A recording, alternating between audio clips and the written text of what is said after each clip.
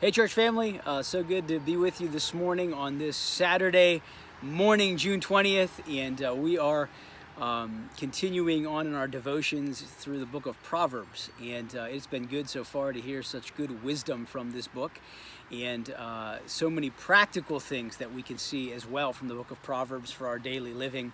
And I want to share with you something that I think is, again, very practical and important for us to understand and to know.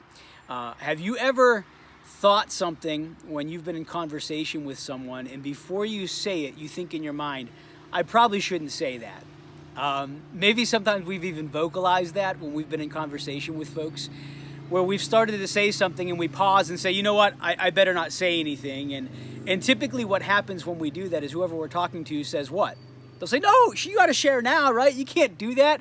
Now that you've said it, go ahead and tell us what you were thinking, right? And so what do? We typically then share what we know we probably shouldn't have shared. And then we got to do maybe some cleanup, or we got to do some damage control after that, because we probably should have listened to that inner check in our minds and spirits that it was better left unsaid. And so sometimes we can be so guilty of saying things or sharing things with our words that we otherwise should not have shared. And I want to share with you a couple passages in Proverbs today that I think are helpful reminders for us. The first is in Proverbs chapter 17. Proverbs chapter 17 says, beginning in verse 27, "Whoever restrains his words has knowledge, and he who has a cool spirit is a man of understanding. Even a fool who keeps silent is considered wise. When he closes his lips, he is deemed intelligent." Just let those words sink in. I laugh a little bit when I think about it, because I think about how true that is and how valuable those words are. Let me read again, verse 28. "Even a fool who keeps silent is considered wise.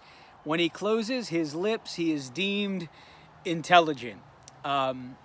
Good stuff right there. Those are good reminders that sometimes things are better left unsaid. Sometimes when we have this thought in our mind that, you know what, maybe I shouldn't share this, that's probably correct. We need to keep our mouths shut sometimes, and I can be so guilty of that.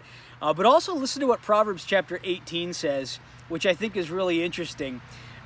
Verses 6 and 7. Just check this out and listen to this, because I find it a little bit humorous how it's worded, and at the same time I think, yeah, right on, that's exactly right. Verse 6 of Proverbs 18. "A fool's lips walk into a fight." Listen to that again. "A fool's lips walk into a fight, and his mouth invites a beating." I think that's so funny. A fool's lips walk into a fight, and his mouth invites a beating. A fool's mouth is his ruin, and his lips are a snare to his soul. Again, I think these verses, both in Proverbs 17 and Proverbs 18, are so practical and so good as a reminder to us of what our words tell about us, what our words tell other people about us. And sometimes we can all be guilty of using our words in ways that we shouldn't. And the wise individual is careful with his words. The wise individual will use his words for building up and edifying and encouraging. And the fool is the one who will just give full vent to anything he wants to say. And don't forget what Proverbs chapter 18 again says: "A fool's lips walk into a fight, and his mouth invites a beating." Some great words to think about this weekend.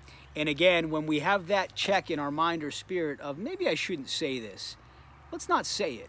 Instead, let's replace it with something that would build up and edify, and that would glorify our great God. Appreciate you guys listening this morning, and encourage you again, be reading through the book of Proverbs. Such good, practical wisdom and insight for living. Have a great weekend.